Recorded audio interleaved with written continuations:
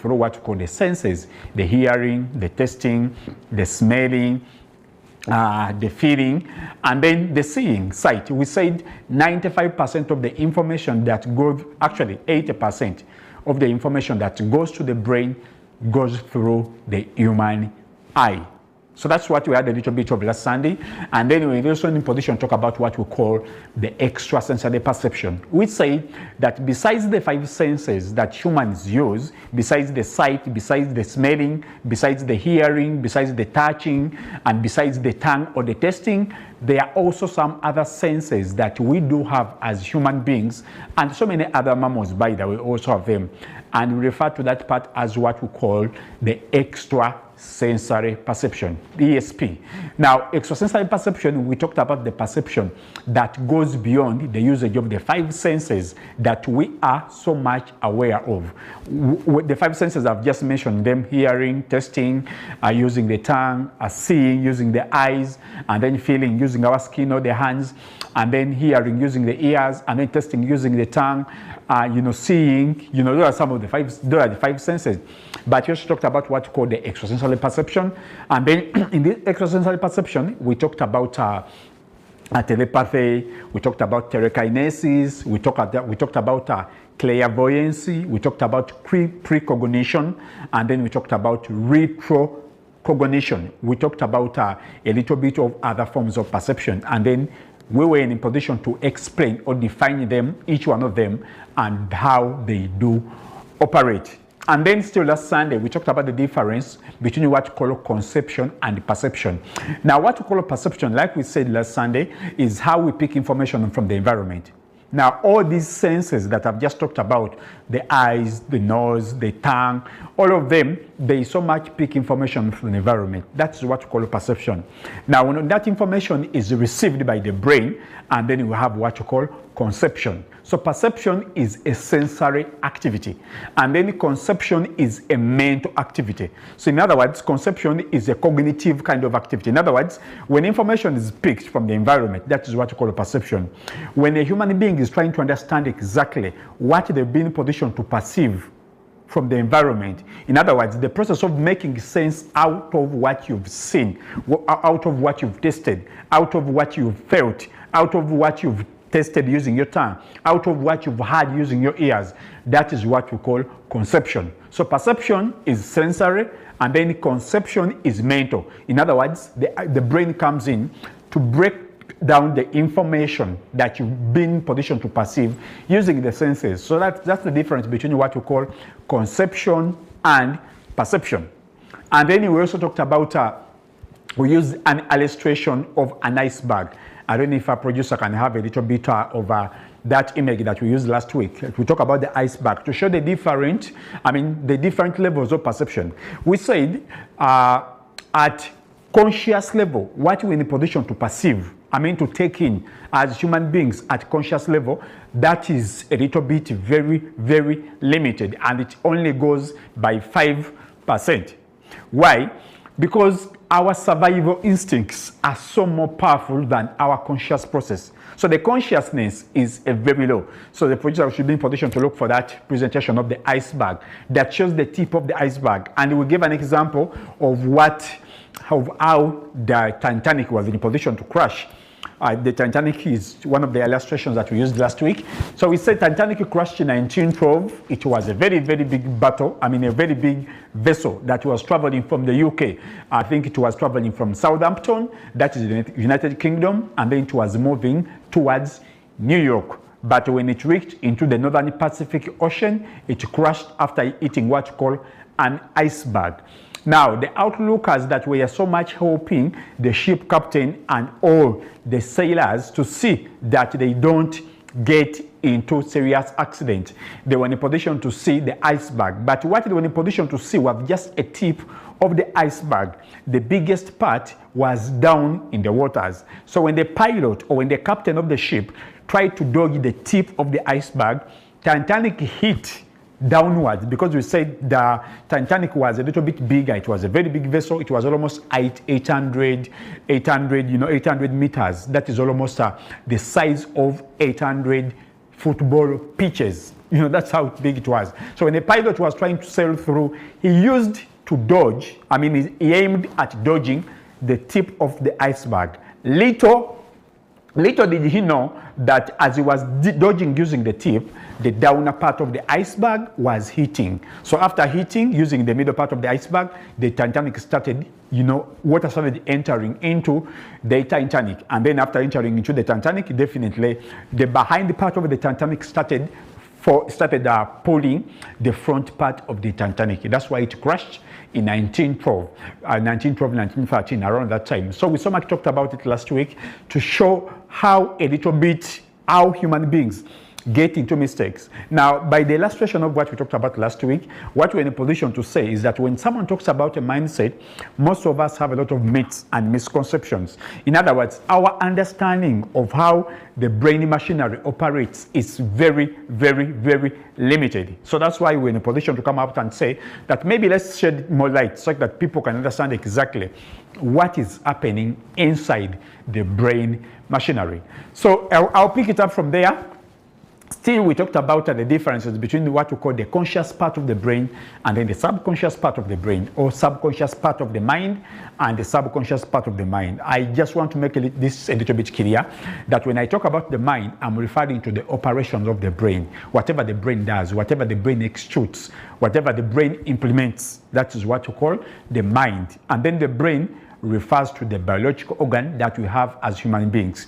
Now, we said that the conscious part of the brain is the conscious part of the mind only helps us to process 5% of the activities that are going on. Now, as I'm speaking right to you, I am so much aiming at getting this information right up to you. But as that's where my conscious process, that's where my conscious mechanism is focused at. But it doesn't stop the food that I've had for lunch being broken down. It doesn't stop the blood from moving towards each and every part of my body. Now, the conscious bit of it is what you focus on. And that is almost 5%. The unconscious bit of it is the most biggest part. So we're saying, if we're just doing a recap of what we were in a position to talk about last Sunday. So we say the conscious part of the brain can only process, the conscious part of the mind can only be in position to process only 20,000 activities per second. Now, the subconscious part of the mind is in position to process almost 4 million activities. Now, let me give you an example. When you get a problem, by the time you get to know that you're experiencing a challenge in your life, by the time you get to know that there is a problem in your life, this problem has already been existent. This problem has already been taking place. You've already messed up. By the time you get to know that I am in a mess, I'm in a mistake, it's already very, very late because of the two systems of the mind, and that's what I'm going to focus on. Now, we said that the conscious mind is what we would call a short-term memory, or what you call a working memory. Now, as I'm speaking here, I can be in a position to forget about all the problems that I have in my life. All the problems that I have in my life. I don't have to think about rent, I don't have to think about lunch, I don't have to think about all the challenges that I have. Right? Now, it doesn't mean that those problems do not exist. No. As far as I'm concerned right now, my focus is on delivering this kind of program. So everything that is focusing, that is not helpful to me to ensure that, for me right now, to ensure that I deliver this program is going to be buried. Now, all of what I need to ensure that this program gets out very well is what comes up at what called the conscious part of the mind. All of what I don't need per now goes down at what we call the subconscious part of the mind. Now, we say that the conscious part of the mind is what we call the working memory. Working memory is all of what I prepare to deliver today is what I have on my fingertips. All of what I don't need, I don't have it. So the conscious bit of our mind is the creative part. If a human being says that I am going to think about a specific project and my target is to ensure that this project is hit in a given period of time using the specific resources, I am engaging my conscious mind. The conscious bit of our mind is the creative mind. if I have any specific goal or an objective that I am focusing on to ensure that I work towards the execution of a given project, to ensure that I aim at execution of a given project, all what I'm aiming at is how to use or to maximize the resources that I have mentally with me.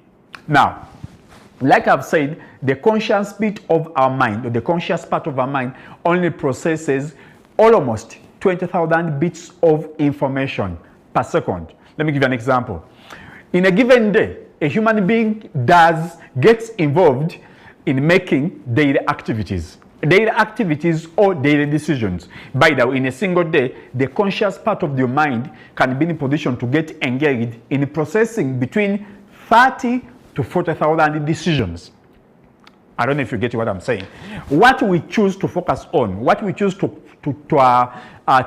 engage in consciously, out of our conscious mind, they are activities that only go between 30 to 40,000 decisions. Those are the decisions that you take consciously. Okay, let me give an example. You choose to wake up, you choose to say prayer, you choose to brush your teeth, you choose to have breakfast, you choose to go and have a shower, you choose the colors of the dresses, of the skirt or the shirt that you want to put on, you choose to text someone, you choose to grab a taxi, jump on a border, go to a petrol station, put in a specific amount of fuel. You know, all those are what we call the conscious processes. Things that you do after you thinking about them consciously. Now, the number of activities, the number of decisions that we take on a daily basis are between 30 to 40,000 decisions on a daily basis. Between 30 to 40,000. Remember, I've just said the subconscious part of our brain processes almost 4 million activities per second. And the conscious part of our mind processes almost 20,000 activities per second. Now, the subconscious part of our brain or our mind is very, very fast. It's very, very fast. But I'm going to come back and explain how, the subconscious mind, why is it fast and why do we need to get it so fast. So going back to the conscious mind, I was trying to emphasize the point of letting you know that the conscious part of our mind processes, you engage on a daily basis between 30 to 40,000 decisions on a daily, including the food that you're going to have, including the car that you're going to drive, including the means of transport that you're going to take, including any WhatsApp message that you choose to send on a given period of time on each and every decision that you engage in consciously. So they are between 30 to 40,000 on a daily basis. Now, on a daily basis, that is consciously, a human being can have between 60 to 70,000 thoughts per day. Now, consciously, I said the conscious bit of it is what we do when we are aware in real time. Now, surprisingly, 99% of the 60,000 to 70,000 thoughts that you had yesterday are the same thoughts you're going to have today. They are going to be the same thoughts you're going to have tomorrow. They are going to be the same thoughts that you're going to have next year around this time. What are these thoughts? Number one, you have to know that you're a man. Number two, you have to know that you're a Ugandan. Number three, you have to know that you're an African. Number four, you have to know that you are a Ugandan man. You have to know that you're a father. You have to know that you're a worker. You have to know that you're a manager. All those things are so much on our fingertips. In other words, they are operational on the short-term memory. Like, for instance, when you go to bed, you forget about you being a manager. You forget about you being a father. It's when you wake up and then you look at the responsibilities that you're supposed to have, and then the conscious part of you reminds you of who you are as a person. So the definitions that we live by, they are the definitions that we hold on mentally. So when you sleep, you forget about who you are. Why? Because when you go to bed, the conscious part of you doesn't operate. The subconscious that we are going to talk about in the next minute takes over your life. That's why you can breathe when you are asleep. That's why you can dream when you are asleep. In other words, you cannot dream as you're walking. No. For the dream to take place, you must be in position to close your conscious mind. I'll get back to that. But I was so much, I just wanted to understand what we call the conscious bit of the mind. Now, like I've said, on a daily basis, we take between 30 to 40,000 thoughts on a daily basis. I mean decisions, not thoughts. We decide between 30 to 40,000 times. Now, let me tell you something. This is very, very important. The time that you take to think, the time and the energy you take to focus on something that is very important, that you consider very important, it's the same time of energy and the resources you take when you are thinking about the person that you hate. I think I should repeat this like that you understand. In other words, the time you take and the energy you take in terms of, of course now I'm talking about the neurological kind of timing, the energy and the resources that you take to think about something that you want in your life that's going to help you become successful. It's the same energy that you take when you're going to think about something that you're going to have for lunch. In other words, the time you focus more, the time and the resources and the energy you take when you're focusing on a project is the same time mentally and the same energy mentally you take when you're probably making a simple decision of reminding yourself of your enemies. Now, the brain doesn't know what is more important and what is less important. The mind doesn't experience it like that. The brain or the mind experiences it at the same energy level. So the people that you hate and the people that you love, you give them the same energy. The kind of energy you give them, the kind of brain power it uses to process that this is my energy, this is my enemy, and this is my friend, is the same. If you think about a project that's maybe going to help you or focus, if you focus on a project, probably it's going to help you get 100 million shillings. The energy you take when you're focusing on such a decision or a thought line, it is the same energy you're going to use when you've just thought about reading or posting something on your WhatsApp. Now, the brain doesn't know where to focus more energy and where to focus less energy, most especially when it comes to what we call the conscious part of the mind. The conscious part of the mind doesn't know. The time of energy, the amount of energy you take when you're taking a decision of maybe writing a project, the time of resources, the amount of resources, the amount of energy, mental energy. Of course, when I'm talking about mental energy, I'm referring to oxygen. Oxygen is what we require as human beings to process. Oxygen is the food of the energy. It's the food of the brain. Oxygen is the source of energy to the brain. That's why almost 30% of the oxygen that the entire body takes in is used up by the brain. So the moment actually you stop the brain stops the brain stops having access. When the brain stops having access to oxygen, we consider you dead. In other words, for your brain to operate, it must be having access to oxygen. So like I've just said, almost 30% of the oxygen that we take in, most especially when you're stressed. Actually, when you're stressed, your body takes in more energy, most especially to the brain, to help you so that you can protect from yourself from any kind of danger. So like I was emphasizing the bit of what we call the conscious part of the mind. Now, I have said the conscious part of the mind helps us process between 30 to 40,000 thoughts. Decisions, not thoughts, decisions on a daily basis. That's what we think about. And I've just said the amount of energy that you take thinking about your enemy, thinking about your friends, thinking about your enemies, thinking about your project, thinking about your future is the same energy that the brain will use for things that you don't consider that important. Why? Most our brains are very average. They are very average because our energy is distributed unevenly.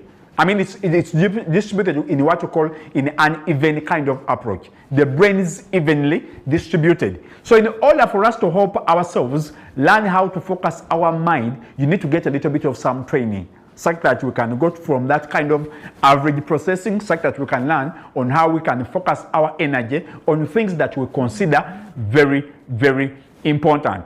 So that is it briefly about the conscious part of the mind. Like I've said, right now, whatever you're thinking about, whether you've gotten a pen or a book and you're noting down something, now your conscious part of the brain is processing, right?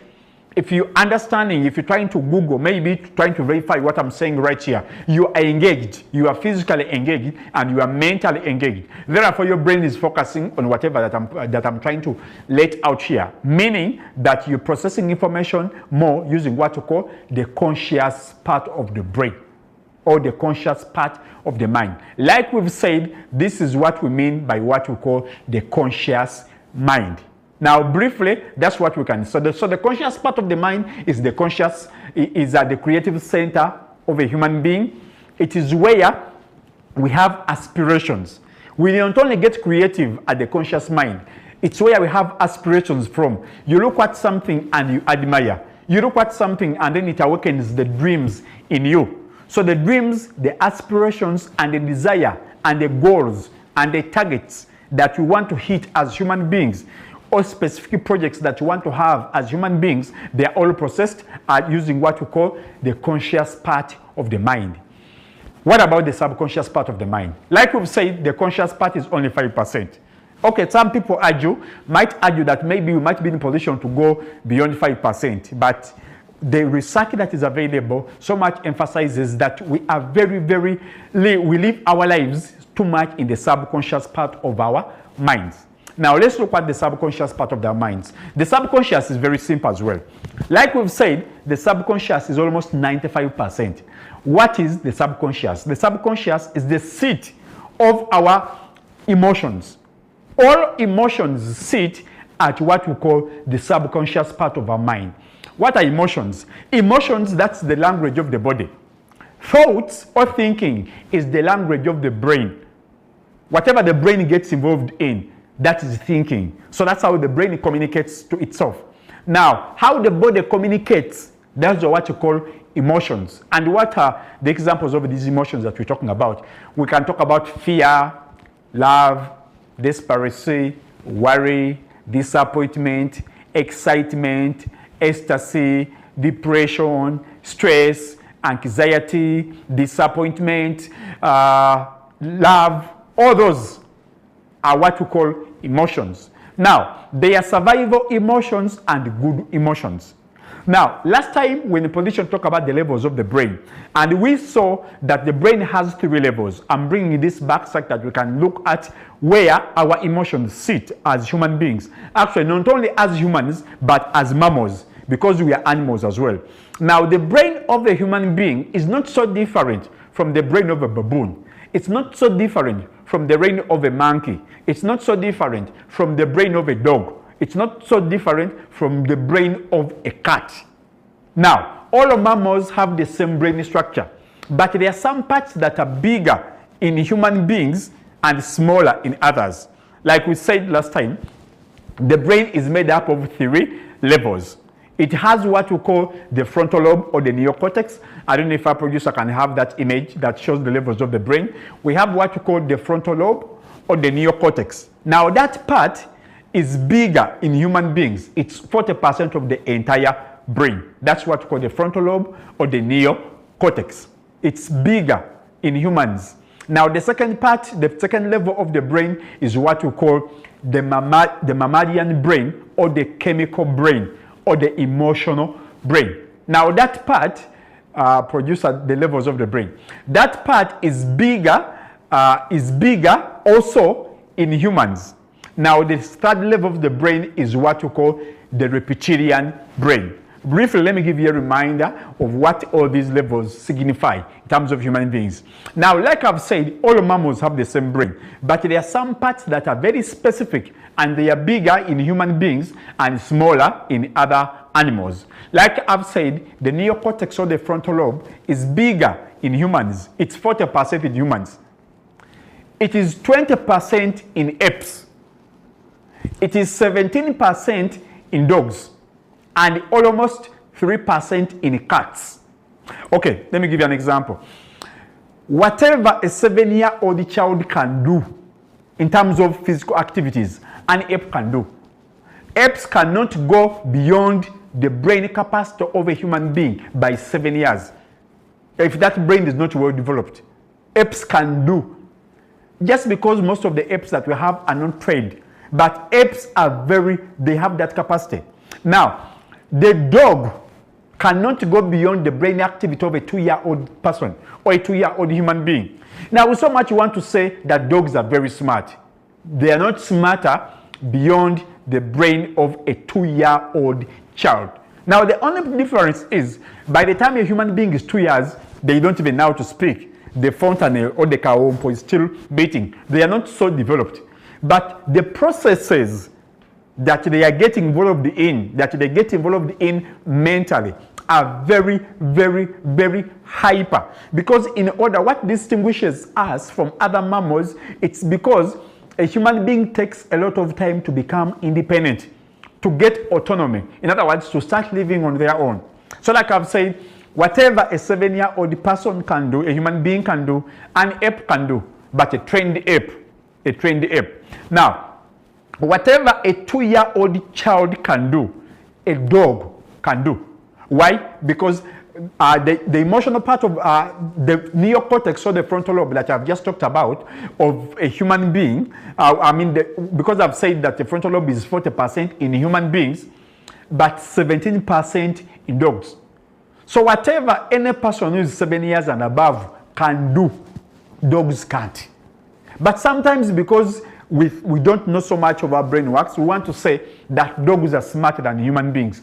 No, they are not smart. You don't have anything that you can compare to the brain activity or to the brain power of a human being. Human beings are the epitome of the evolutionary process. That makes us a little bit, Now, a cat cannot be compared to any human being because, like I've said, the neocortex of a cat is almost 3%. 3%. That's why cats are not friendly. That's why cats can even hurt babies. It's a little bit hard, by the way. It's a little bit hard to see dogs hurting babies. It's very hard. I'm not saying it is impossible, but it's very hard and it's very, very rare.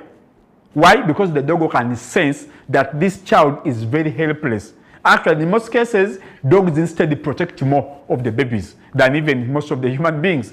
But cats can hurt babies. Why? Because a cat is a serious wild animal. Why? Because of the size of the neocortex. Like I've said, the neocortex is only 3% in cats, 17% in dogs, 20% in apes, and almost 40 and above percent in human beings. Yes. So when we're talking about mindset, what you want us to understand is that we need to understand how that organ operates. Now, the organ that you're looking at right there is the human brain. Now, it has so many parts.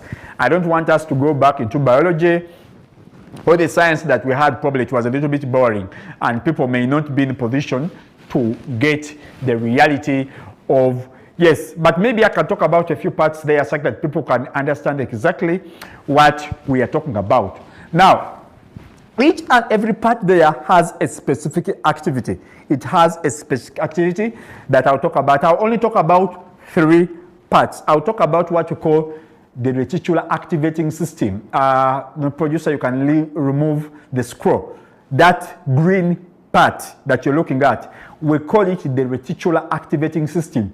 Now, that is the source of human sleep. If a human being wants to sleep, sleep is activated at that part. It's almost down this side at what you call the brain stem. That's why if someone hits you at what you call your cranial is what you have behind your neck. If someone hits you there, it's a little bit hard, it's a little bit easier for you to get into sleep. So that's the organ that we're talking about. That organ is made up of, that organ is 100% cholesterol, by the way. That organ is 100% cholesterol. It is made up of fats. The entire organ that we're looking at right there, it is made up of fats. It's a very fat organ. That's why we've said it feeds on the oxygen that we take in at various levels. What it takes in or what it hits is the oxygen. So in order for a human being to have this brain functional, be very, very functional, it so much helps us to get the different realities of life so that we can have the best experiences in so many ways, Yeah. So I was trying to Producer, you can take that away. I was trying to get into a clarity of emphasizing the relationship between the conscious and the subconscious part of our minds. And then when you talk about the subconscious part of the mind, I was trying to talk about the second part of the brain. So we said that the foremost part of the brain is what we call the neocortex. The neocortex is the executive center. So all the conscious processes that we engage in at various levels as human beings, they are processed at what we call the neocortex, which is 40% of the entire human brain. Like I've said, it's about 40% of the mammalian brain in humans, 20% in apes, 17% in dogs, and almost 3% in cats. Now, we are talking about the second level of the brain. The second level of the brain is what we call the emotional brain, the chemical brain, or the mammalian brain. And we say this part here is the seat of our subconscious part. We are talking about the subconscious, and I was trying to give a little bit of a definition of what it means, or the clarity of the word subconsciousness. So I was trying to define exactly what is made up in our conscious. What is made up of what we call the subconsciousness, or the subconsciousness is made up of the following. Number one, I said all our emotions, the emotions, and I give an example: love, stress, worry, disappointment, ecstasy, bliss, jealousy, envy, hatred, depression, stress, any kind of emotional experiences that we have. And I say that emotion, I'm referring to how the body communicates, how the body responds. Those are what we call the different emotions, like I've just given them. Some of the emotions are very positive, and then some of the emotions are very negative. So like I've said, the subconscious is made up of what we call the emotions. That's why I was giving an example, an explanation of to do with what we call the second level of the brain, which is what we call the mammalian brain, the chemical brain, or the emotional brain. And then besides the emotions, the subconscious part of our mind is also made up of what we call habits. Now, what are habits? Habits are things that you can be in position to do even when you're not aware that you're doing them. Now, this is one of the biggest challenges that we have. Now, habits, how do habits get formed? Habits get informed. Okay, let's have a definition of habits. And how do habits come up? Now, first of all, you think about something. Habits start from what we call a thought. You first process information, right? Like, for instance, I'm not feeling well. Okay, I think that maybe I'm stressed. When I start processing the information that I'm stressed, I am stressed.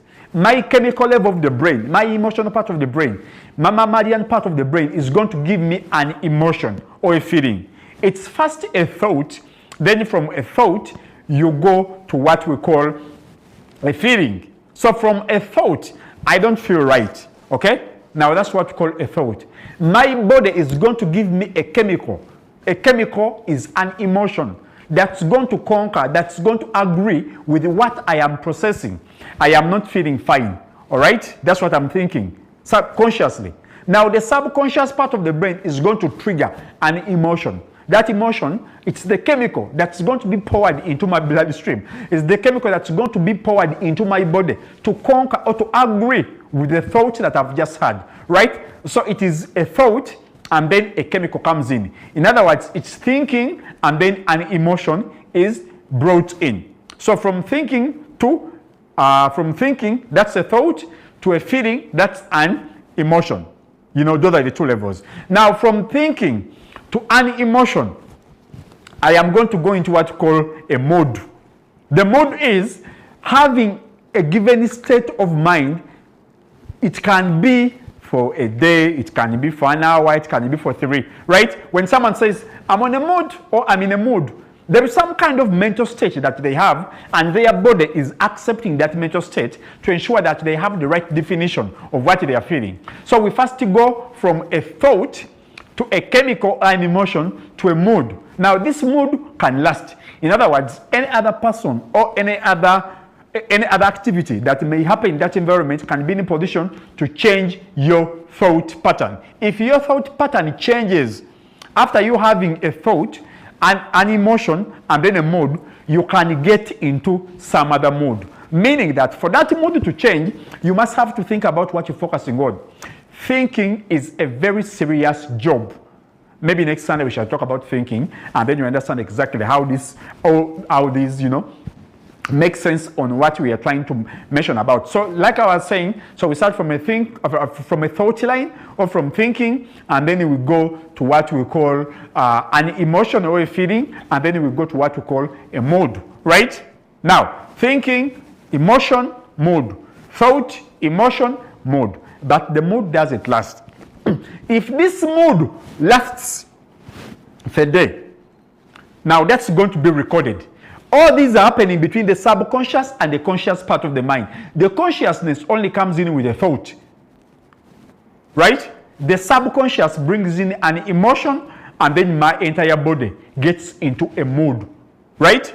Like I've said, the subconscious part of our mind is very, very powerful. Very, very powerful. That's why by just a simple snap of a finger, you can get into a mood. That's why just someone saying something negative towards you, it can be just a thought. It can be just a statement that, you guys, you don't look right. I don't like your shirt. I don't like your shoe. You pick it up, you think about your shoe, you think about your shirt, your body or your chemical part of the brain is going to bring in an emotion to let you know that the fact is that I'm not looking right. Right? That can destroy or change your entire mood set. So from thinking to an emotion, and then to what we call a what? To what we call a mood. Right? Now, it's thinking, emotion, mood. Then we go into an action. Because we're in a given mood, you're going to do something. Okay, I am not feeling fine. Okay, I'm not thinking right about myself. That's a thought. And then the emotion is going to come in. I'm not feeling right. Then I'm going to have a mood. Now this mood is going to push me to do something. I am going to get into an action. Maybe I'm not feeling okay, and my body, my emotions are reminding me that I'm not okay, and my thinking is reminding me that I'm not okay. I'm going to be like, I think I should have a beer. Then you extend your hand and you pick up a beer, or you get yourself out of the house, you march towards the bar, and then you pick a bottle, right? Because you're not feeling okay, you pick a bottle, right? It might be 1 or 2, and the body is going to say, but nothing is changing, right? The thought line is going to come in, and it will be like, maybe I need more beers. So that's how people keep on getting involved in so many activities. Why? Because they think they want to change the mood, such that the emotion can go away, such that they can think about something else. So it starts with the thought, the emotion, the mood, and then the action, right? Okay, maybe today I've taken only 3 bottles. I go back home. Remember, the pattern has not gone away. My conscious brain gave me a thought. My subconscious part of the mind gave me an emotion, and then it pushed me into a mood, and then it has pushed me into a reaction. A reaction is the action that I have done, or how I have chosen to respond to this mood, right? Then I go to bed. After 3-4 days, the same thought is going to come back, right? Now, because the pattern of what I did last time, I still have it. My body or my brain is going to remind me. Now, this is the memory. Where do memories get settled? Where are memories? I told you memories are settled in what you call the subconscious bit of our mind. So the subconscious bit of my mind is going to remind me, oh, but yesterday, or last week, you weren't feeling fine. What did you do? I think about what I thought, how it made me feel, the mood I went into, and how I responded with an action. My body is going to get it replayed. My body is going to get it replayed like how it was played last time or the previous time. All right? Okay, let's go through the same pattern. Thought, mood, action, feeling, what? I'm going to go to the bar. Maybe to the same bar. Let me just say the same bar. Last time when I went to the bar, I had 3 bottles. Now, because this energy is coming in and it's making me not feel so good about myself, the same pattern is going to happen. Right? This time round, I am not going to have a beer or 2. I am going to have 3 or 4 or 5. All right? Now, we're talking about habits. How do habits get formed? And then all that process, all the processes that I've gone through, consciously and subconsciously, they are going to be recorded again. What about the third time? The third time, I am going to think about it. This time, I'm going to act very fast. Because now, it's no longer a conscious response. It is now turning out to be a program. This takes me back for what we talked about yesterday. Last Sunday. The brain is made up of neurons. What I've just been talking about, like having a conversation, you have a thought, this thought pushes you into a feeling, this feeling drags you into a mood, and then this mood drags you into an action, right? Now that's how we can talk about it psychologically. Let me talk about it neuroscientifically. How does it happen? Now, the brain is made up of neurons. I don't know if our producer can give us brain neurons right there. Our brain is made up of neurons. Neurons that make up the human brain of a person like my age, 27 and above. You have brain neurons that make up almost 200 billion neurons that make up the entire brain. Now, whenever my brain gets into a thought line, it's going to send some kind of communication. This kind of communication is going to be sent by the by the neuron. So the neuron connects to a neuron. When I want to learn and make sense of what I've meant, remember we talked about perception and conception. We said perception is how we perceive from the environment. Any information that we get from the environment, we say that is what we call perception. And the perception is we perceive using our 5 senses. The tasting using the tongue, the hearing using the ears, the touching using our hands, the seeing using our eyes, and all those other forms of perception that we talked about, right? Now, I'm talking about how these habits are formed. I am emphasizing the point of what called the subconscious mind. We say the subconscious part of our mind is made up of habits, is made up of emotions. And then I'm trying to explain how emotions and habits are formed. And I've just told you, you think about something as a thought. This thought is going to give you a reaction from the second level of the brain. That's what we call the mammalian brain, or the mammalian brain, or the chemical brain. Now those are the emotions that you're talking about. Those are the neurons, rather. Whenever you see light, that is communication from one nerve to the other. Now that is communication from one nerve to the other, right? I've just talked about the thought, the feeling, the mood, the action. Now, when I get into that pattern, the brain neurons are going to connect themselves. Now, when you do something over and over, neurons that have all been involved in that specific activity get involved. Neurons that have been so much involved in that very activity get involved. Producer, let me show people something here. Now, this is what I'm trying to talk about here. Now, when a neuron picks up information, it's going to look for another neuron. Now, neurons are going to move together, close to themselves, and they connect like this. All right? When you do something for the first time, the neurons are going to connect like this. But this connection doesn't last. It lasts for only 0.25 seconds. Okay, that's why a teacher can be in class and they teach. And each and every student remembers exactly what they have taught. Okay? But when the teacher moves out of the class, whatever they've taught, the students forget. Most especially if they've not been in position to have what you call emotional experiences. Now, I was talking about how habits are formed. So we pick information from those levels, from that level. So when a neuron and a neuron pick up information, they are going to get connected like this. They are going to form what you call a synaptic connection, or what you call a conjunction. Now, this is you doing something. The more and more you keep on doing the same thing over and over and over, like I've said, for the first time, the connection between the two neurons lasts between 0.25 seconds. In other words, the connection that has been made can be disconnected. That's why people forget. Remembering is a neuron and a neuron come together. Forgetting is the neurons that are connected disconnect.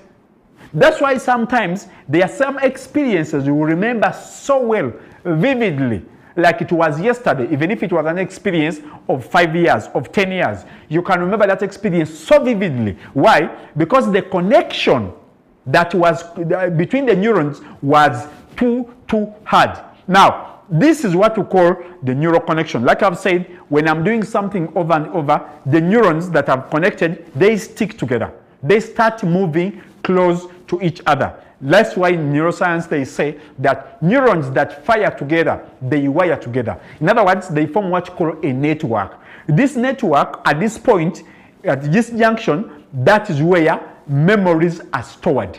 Now, what about when you've not done something? Like, for instance, you've had a thought, right? The thought has given you a feeling, which is an emotion, right?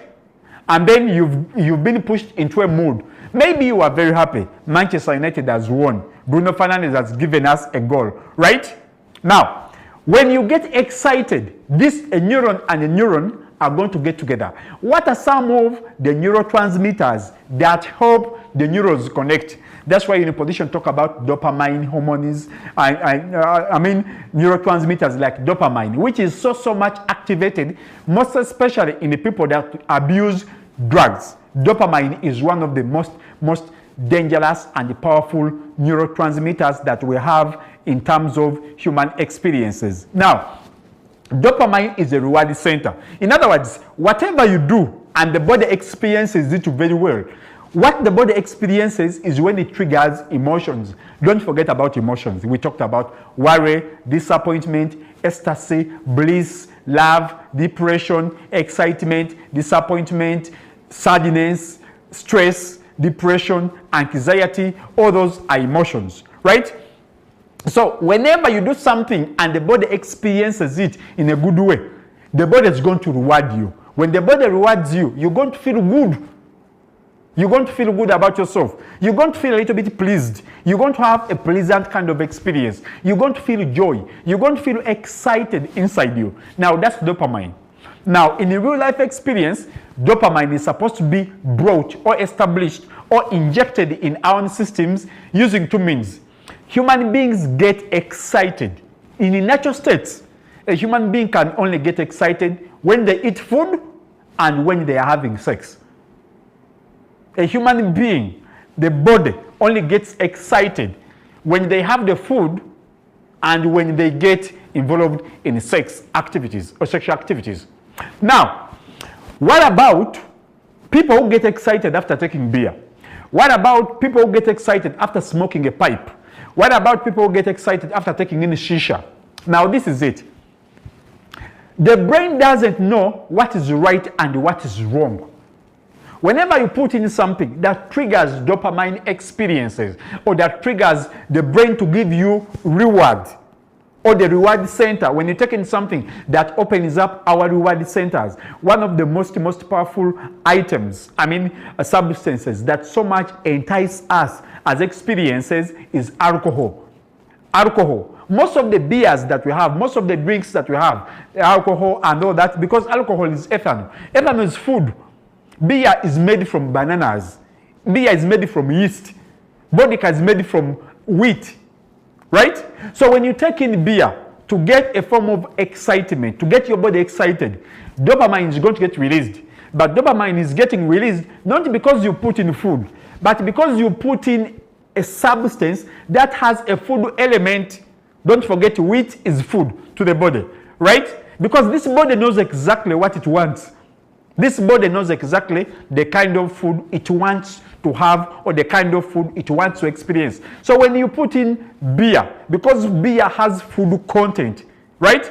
Your brain is going to give you a reward. In other words, dopamine is going to get you rewarded. What about when you take in something like marijuana? Oh my God. Now that one doubles. Why? When you take in something like marijuana, the rate at which your brain processes information is going to go crazy. It's going to get crazy. When you take the marijuana, the subconscious part of the mind is going to take over the conscious part of the mind. That's why people that are under the influence of drugs or under the influence of substances, they process a lot of information. They process a lot of information. No, I'm forgetting. They don't process. They receive a lot of information. Remember, we talked about how the brain operates. Last time, we said the brain operates on data. What is data? Data is information. Data is numbers. If you want to grow your brain, if you want to grow your mind, give it data and information, right? Now, because you are under the influence, the conscious part of you is going to be shut down by the subconscious. That's why drunkards, that's why people who are under the influence of drugs process a lot of information, but they cannot get involved consciously. Like someone from nowhere starts speaking a lot, but they are not doing it consciously. Why? Because the door that closes the subconscious and the conscious bit of the mind is closed. Don't forget, we said that the subconscious part of our mind processes between 4 to 5 million activities per second. And we say the conscious bit of our mind processes only 20 activities per second. So what happens when you get under the influence of drugs, alcohol, and all that? So the subconscious part of your mind is going to hijack. By the subconscious is very, very powerful. Very, very powerful. That's why you can get people doing certain activities. They know exactly that the activities that they are getting involved in are not okay. Like for instance, everyone knows how to get rich. Everyone knows how to get the money. Everyone knows how to get there. Everyone knows how to get the business, right? And one of the biggest ideas, one of the biggest strategies that we can have to help us raise capital in terms of our human experiences, such that we can invest, is by saving. You can go to a class and they teach you exactly why you need to save, such that you can have the capital to help you go where you need to go as a human being, right? You pick the information as a human being, right? You pick it. Remember, what is picking information? The conscious bit of you. Now, the conscious part of you is picking up information to show you that you need to save. Remember, the conscious is only 5%. By the time you leave the session where they've been teaching you saving from, you don't remember anything. Because the conscious part of it is going to get closed. And the subconscious comes in. Remember, we said the conscious bit of you only operates by 5%. The subconscious operates by 95%. So whatever that they've taught you, the subconscious is going to come and cover it. The subconscious is going to come and take over. So that's why, in order to get out of most of the habits that we are struggling with, maybe it's domestic violence, maybe it's poverty, maybe it's drug abuse, maybe it's substance abuse, and all those negative habits. We don't teach people, we don't get people involved consciously, because the habits are not stored or kept at the conscious part of the mind. If you want someone to change, if you want to empower someone to overcome all the challenges that they have, most especially habits, we don't attack the conscious bit of them. Because the conscious bit of them is weak, we attack what you call the subconscious. In other words, we empower what you call the subconscious, because it's where habits are kept, it's where emotions are stored, it's where our identity is stored. Yes, that's it for today. I want to thank you so much for following. We shall be in position to catch up again next Sunday from 1 to 2. My name is Dr. Semao Charles Cake.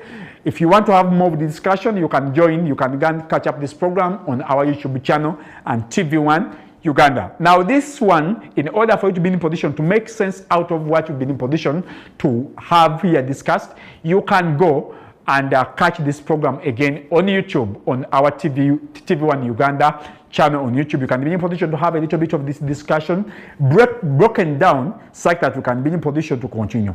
Yes, we shall catch up again next Sunday. That will be from 1 to 2. Now, this entire series is about the mindset, the myth and the misconception of the mindset. I think we shall have like 5 programs such that we can understand on how we can confront with the reality and with the facts on how to deal with a progressive mindset. See you next Sunday. Be ready for Go Green. Then after Go Green, we shall come back again with Grandmaster about Zulu the West with the Sankofa Square. See you next Sunday, 1 to 2.